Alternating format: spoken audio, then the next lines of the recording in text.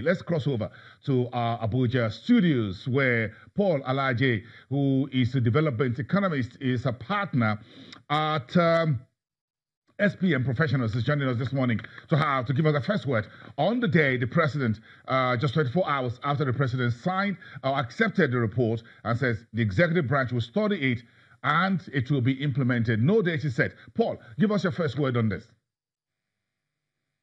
Yeah, thank you so very much. This is one of the repercussions of our economic scenes. Like other scenes, this is an economic scene. Before now, first of all, I want to say that I don't think we are having increment in salaries, minimum wage. What we are having is compensation. Before now, in 2011, if we use the concept of no money theory, what does it mean? Let's assume for everyone that work, we are not paying them with cash. We are paying them with bag of rice. In 2011, they will hand 250 kg bags of rice. In 2018, the same person is not improving productivity, doing the same thing. We are now giving him only one bag of rice. So if you want to compensate the person to 2011, it is wise to provide such person with 2 bags of rice. So which means 30 or 36,000 will be the effective way of compensating labor back to 2011. So the concept of no money theory actually settles the issue whether salary should increase or not. Actually, it's not the issue of productivity because they might not be asking for increase in salary. They are just saying compensate us back to that. But so why have all of this now turned to economic scenes?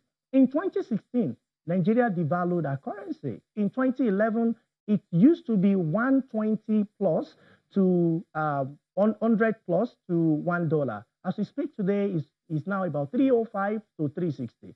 So you now need to choose. How do we compensate people knowing fully well that when our economy, the value to naira to dollars as demonstrated, it has reduced.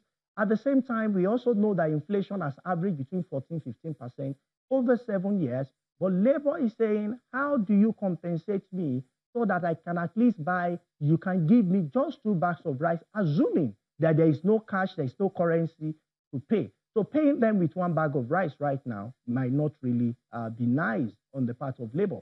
So that said, the question is, how do we government fund this? Where will be the revenue window that government will fund this, knowing fully well that substantial part of our budget is going for revenue services? And that is why we've mentioned that it takes a government that have innovative way of generating revenue that can last in the 21st century.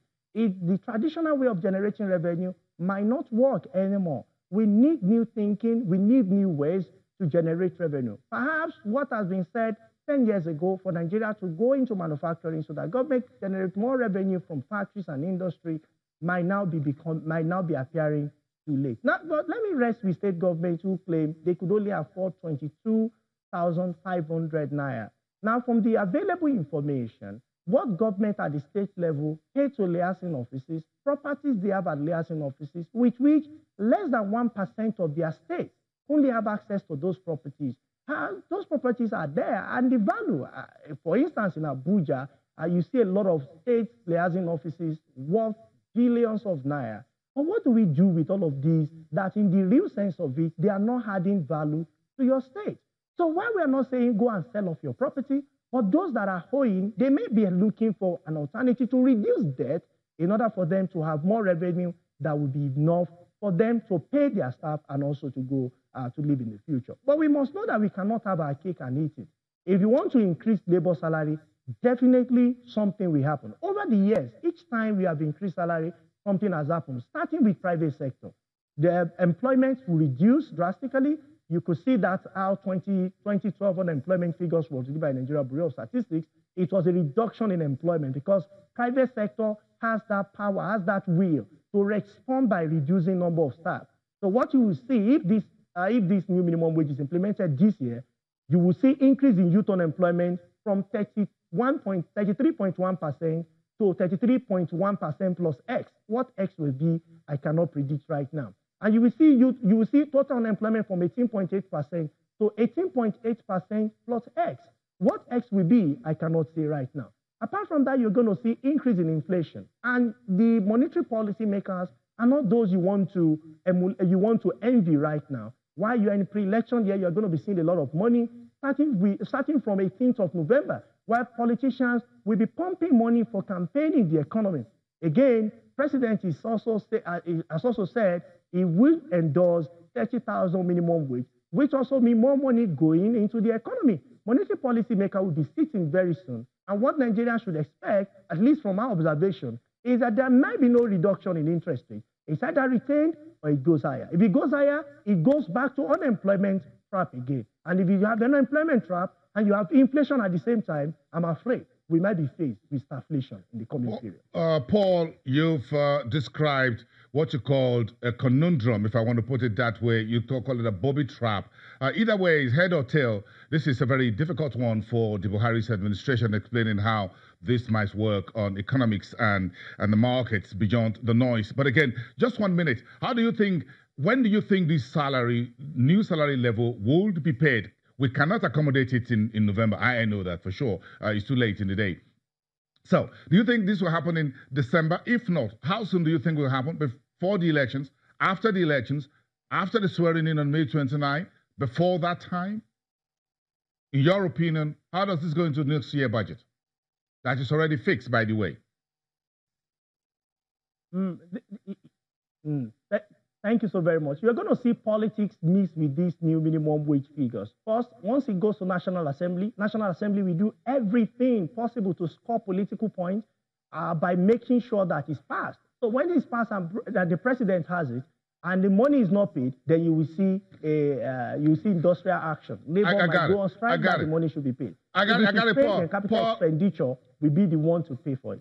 Paul, I got it. Thank you so much. So we fixed it up. It's on paper. When it goes to the National Assembly, then the ping-pong game will start. Like you rightly said, the National Assembly don't seem to be totally in bed with the president. So they will use this executive and legislative one to score some political points. What a political time to score political points with a new minimum wage. Let's leave it there for today. First word from you. Thank you very much. Senior economist and partner at SPM Professionals, live from Abuja studios, talking about the new minimum wage conundrum. First word from the market. Let's go to the stock exchange.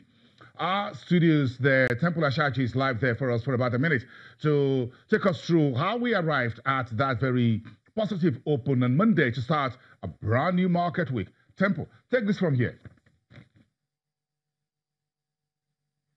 So we saw a renewed bargain hunting on the consumer goods sector yesterday. If you look at the names that perhaps pushed up the segment yesterday in the market, we have Dangote Sugar, which was up some 4.26%. We got Nestle up some more than 3%. Dangote Sugar was also up by some 3.45%. And of course, Guinness was up some 1.37%. These were the major push that was able to sustain the level at which we saw the key benchmark index yesterday rising some 33 basis points in the market to give us an equity capitalization of just 11.7 trillion naira. And if you look at the activity level, you got volume rising to 149.65 million naira, valued at 2.75 billion naira, and executed in 3,063 deals. Top trades was Fidelity Bank, which in the last 7 sessions has lost some 8% of its share value. In the energy market, we didn't really see much activities there. It was only O&O that was able to record some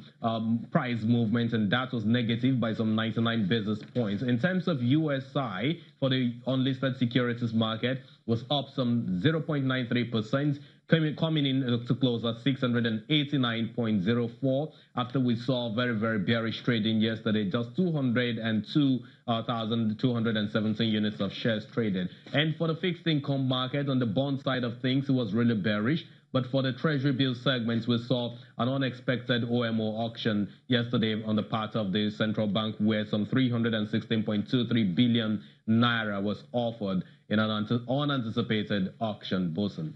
Thank you, Temple. We'll have a lot more around the Market Street conversation later on the program. The big story around the Africa Investment Forum has started. The D-Day is here. It's called Transactions, and More Transactions. We'll be right back.